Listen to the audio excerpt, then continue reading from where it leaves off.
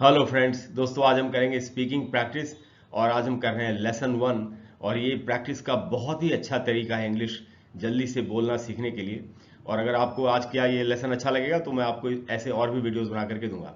तो दोस्तों देखिए इसमें क्या सिनेरियो है इसका कि दो लोग आपस में बातचीत कर रहे हैं। एक का नाम है राज, राज लड़का है, और एक का नाम है रिया, रिया लड़की है। दोनों एक दूसरे को पहले से जानते हैं और वो अचानक कहीं मिल गए एक दूसरे से। जैसे होता है हम जानते हैं किसी को तो मार्केट में मिल जाते हैं, कॉलेज में मिल जाते हैं, फिर बातचीत शुरू हो जाती है। ये उसी तरह की बातचीत है कि दो लोग आपस में कैसे बातचीत कर रहे हैं।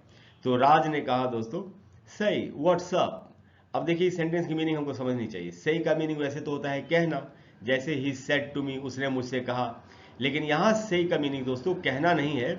यहाँ सही एक एक्सक्लामेशन की तरह यूज हुआ है। इसका मतलब ये हुआ कि जैसे हम किसी से मिलते हैं तो हम बोलते हैं ना, अरे, अरे वाह, क्या चल रहा है, कैसे हो। ये वही है सही दोस्तों। या सही का यहाँ मीनिंग है अरे या अरे वाह। एंड व्हाट्सअप का मीनिंग होता है क्या हो रहा है, क्या चल रहा है, यानी कोई हाल चाल किसी से पूछ रहा है। तो राज ने कहा सही व्हाट्सअप, यानी अरे वाह, क्या चल रहा है तुम्हारा, यानी तुम कैसे हो। तो रिया ने कहा नथिंग मच, कुछ खास नहीं। दोस्तों कुछ खास नहीं को कहना चाहिए नथिंग मच। तो रिया ने कहा नथिंग मच, कुछ खास नहीं। What are you up to, तुम बताओ तुम्हारा क्या चल रहा है। What are you up to का मीनिंग है तुम्हारा क्या चल रहा है। अच्छा दोस्तों, इसमें जितने भी वर्ड्स ऐसे हैं जिनको हमको सीखने की जरूरत है, वो इस वीडियो के एंड में हर वर्ड की मीनिंग भी बताई गई है, तो वो भी आप सीख लेंगे। तो उसके बाद तो दोस्तों रिया ने कहा नथिंग मच, कुछ खास नहीं। What are you up to, तुम्हारा क्या चल रहा है। तो राज ने कहा नथिंग रियली, अरे यार कुछ खास नहीं, हमारा भी कुछ खास नहीं है। वी जस्ट चिलिंग, हम तो बस ऐसे रिलैक्स कर रहे हैं। हो सकता है राज अपने कुछ दोस्तों के साथ वहां पर हो। तो उसने कहा ये जो है वीर, ये वी आर का शॉर्ट फॉर्म है। तो वी आर के शॉर्ट फॉर्म को ऐसे लिखेंगे वीर, और पढ़ेंगे भी शॉर्ट में ही वीर। चिलन जो आपको दिख रहा है ये एक्चुअली है चिलिंग। चिल करने का मतलब होता है रिलैक्स करना, तो वही उसने कहा वीर जस्ट चिलिंग। तो रिया ने फिर राज की तारीफ की, क्योंकि राज ने एक बड़ी अच्छी शर्ट पहनी हुई है। तो रिया ने कहा hey, you are really rocking that cool shirt. तुम तो इस कूल का यहाँ मतलब है दोस्तों अच्छा, कि तुम तो इस अच्छी शर्ट में एकदम रॉक कर रहे हो, रॉकिंग लग रहे हो। hey you're really rocking that cool shirt, you really styling। Styling का मतलब है दोस्तों स्टाइलिश दिखना। तो रिया ने कहा hey you're really rocking that cool shirt, you're really styling। अब हम देखते हैं राज ने क्या कहा। तो राज ने कहा थैंक्स बंच। बंच का मीनिंग होता है दोस्तों गुच्छा। तो गुच्छे में भर के धन्यवाद, यानी बहुत बहुत धन्यवाद, थैंक्स बंच। फिर उसने उस शर्ट के बारे में बताया कि it is from the mall near by. Near by का मतलब होता है पास ही, नजदीक ही। तो उसने कहा कि पास ही जो मॉल है वहां से मैंने ये शर्ट ली थी, ये उसने कहा। फिर राज ने कहा बट है I can't talk now, I got a run. लेकिन अभी मैं तुमसे बात नहीं कर सकता, मुझे कहीं जल्दी से जाना है।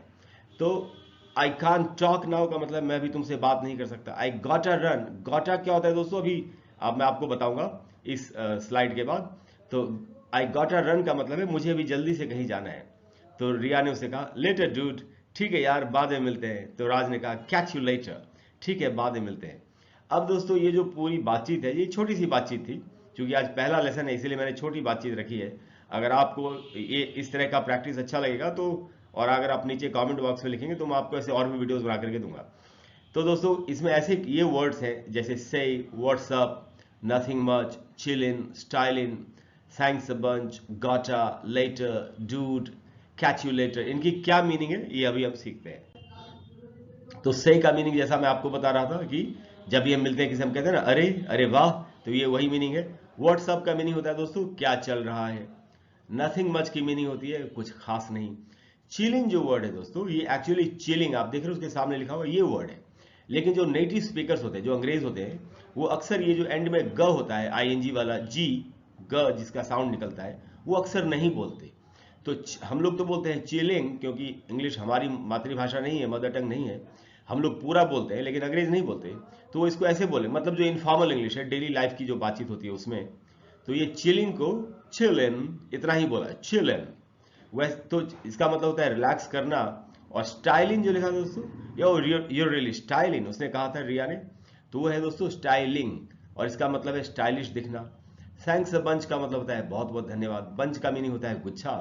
तो गुच्छे में भर के धन्यवाद, यानी बहुत बहुत धन्यवाद। ये जो था दोस्तों गॉटा, आई गॉट अ रन, ऐसा सेंटेंस था। तो गॉटा जो है वो हैव गॉट टू का शॉर्ट फॉर्म होता है। इसका फुल फॉर्म है हैव गॉट टू। ये कैसे यूज होता है, यहाँ मीनिंग लिखे मैंने, ना है यानी जाना है, खाना है, सोना है, इस तरीके से। जैसे अगर आपको बोलना हो मुझे जाना है तो आप बोल सकते हैं आई गॉट अ गो। आपको कहना है मुझे खाना है तो आप कह सकते हैं आई गॉट अ ईट। अगर आपको कहना हो मुझे सोना है तो आपको कहना चाहिए आई गॉट अ स्लीप। ये अमेरिकन इंग्लिश है दोस्तों, शॉर्ट फॉर्म है हैव गॉट टू का। तो जैसे हम बोलते हैं मुझे जाना है आई हैव टू गो या I have got to go, वैसे आप बोल सकते हैं I got a go. Dude जो वर्ड है दोस्तों, ये हम लोग जैसे बात बात में बोलते हैं, डूड का मीनिंग होता है आदमी, कोई भी आदमी, मैन। या यार जो हम बोलते हैं, अरे यार, अरे यार चलो ना यार, hey dude come on let's गो।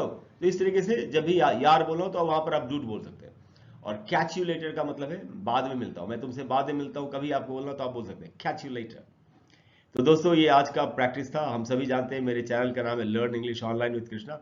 अगर आपको ये क्लास अच्छी लगी हो प्रैक्टिस वाली, तो आप प्लीज़ वीडियो को लाइक करें, चैनल को सब्सक्राइब करें एंड शेयर करें। और अगर आप कहेंगे जैसा मैंने आपसे कहा, आपको अगर ऐसे और भी वीडियोस चाहिए तो आप नीचे कमेंट बॉक्स में लिखिए, मैं आपको ऐसे और भी वीडियोस बना करके दूंगा, जिससे कि हम इन ऐसे लेसन्स की प्रैक्टिस कर सकें और आसानी से इंग्लिश को बोल सकें। Thank you.